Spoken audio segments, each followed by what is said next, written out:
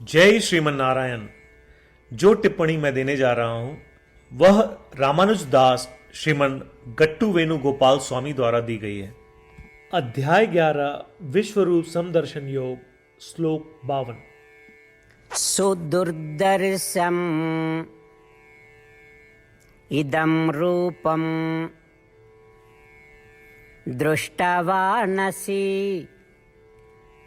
यन्मम देवा अप्यस्य रूपस्य नित्यं दर्शन कांक्षिणः। ओम। गीताचार्य श्री कृष्ण परमात्मा अर्जुन के साथ हम सभी को विश्वरूप समदर्शन योग सिखा रहे हैं। परमात्मा कह रहे हैं, अर्जुन, मैंने तुम्हें जो विश्व रूप दिखाया है यह बहुत ही दुर्लभ है।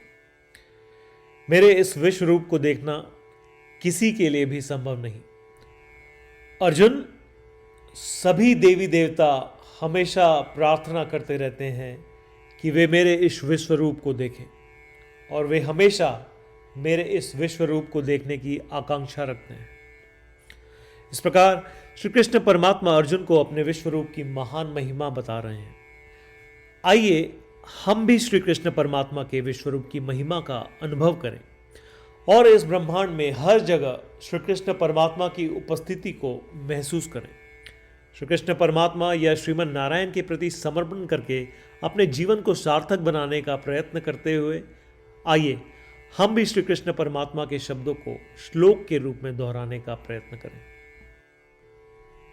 सुदुर्दर्शमिदं रूपं दृष्टवानसि यन्मम देवा अप्यस्य रूपस्य नित्यं दर्शनकांक्षिणः।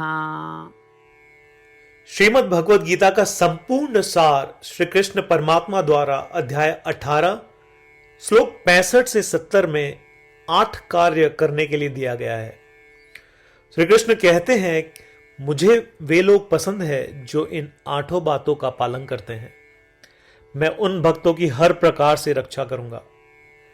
श्री कृष्ण परमात्मा द्वारा बोली गई संपूर्ण भगवद गीता को सुनने के बाद अर्जुन कहते हैं, करिष्ये वचनम तव, जिसका अर्थ है, कृष्ण, मैं वैसा ही करूंगा जैसा आप कहेंगे। यही कारण है कि श्री कृष्ण ने अर्जुन को सभी प्रकार की सफलताएं और जीत प्रदान की है। आइए परमात्मा को वचन दे कि हम इन 8 कर्मों का पालन करेंगे।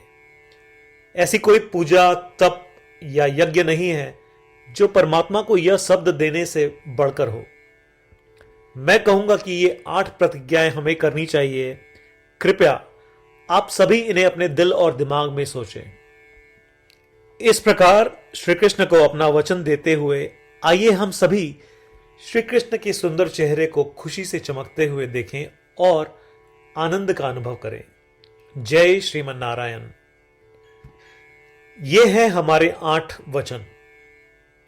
हमारा पहला वचन, हे श्रीमन नारायण, जैसा आपने निर्देश दिया मैं हमेशा आपका ध्यान करूंगा और आपके बारे में सोचूंगा। हमारा दूसरा वचन, हे श्रीमन नारायण, जैसा कि आपने सलाह दी मैं हमेशा आपका भक्त रहूंगा।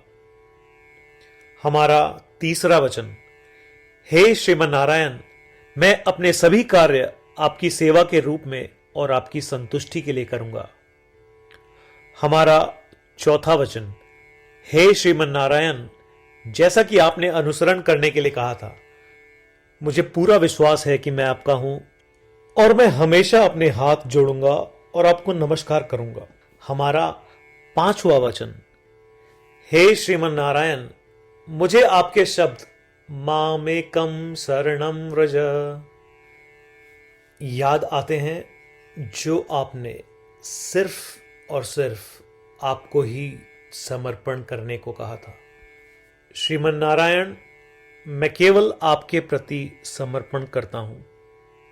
हमारा छठा वचन, हे श्रीमन नारायण, मुझे आपके शब्द मां शुचः याद आते हैं कि आप हमें शोक न करने का आश्वासन दे रहे हैं, मैं अब शोक नहीं करूंगा। हमारा 7वां वचन। हे श्रीमन नारायण, आपने हमारे लिए श्रीमद् भगवत गीता देकर हम सभी पर कृपा की है और आशीर्वाद दिया है। मैं कम से कम एक श्लोक पढ़ने या सुनने का वादा करता हूं। हमारा 8वां वचन। हे श्रीमन नारायण, आपने सारी मानवता को गीता प्रदान की। मैं गीता में आपके दिव्य शब्दों को उन भक्तों तक फैलाने का प्रयास करूंगा जो गीता से अपरिचित हैं। हमने अभी अभी परमात्मा को 8 वचन दिए हैं।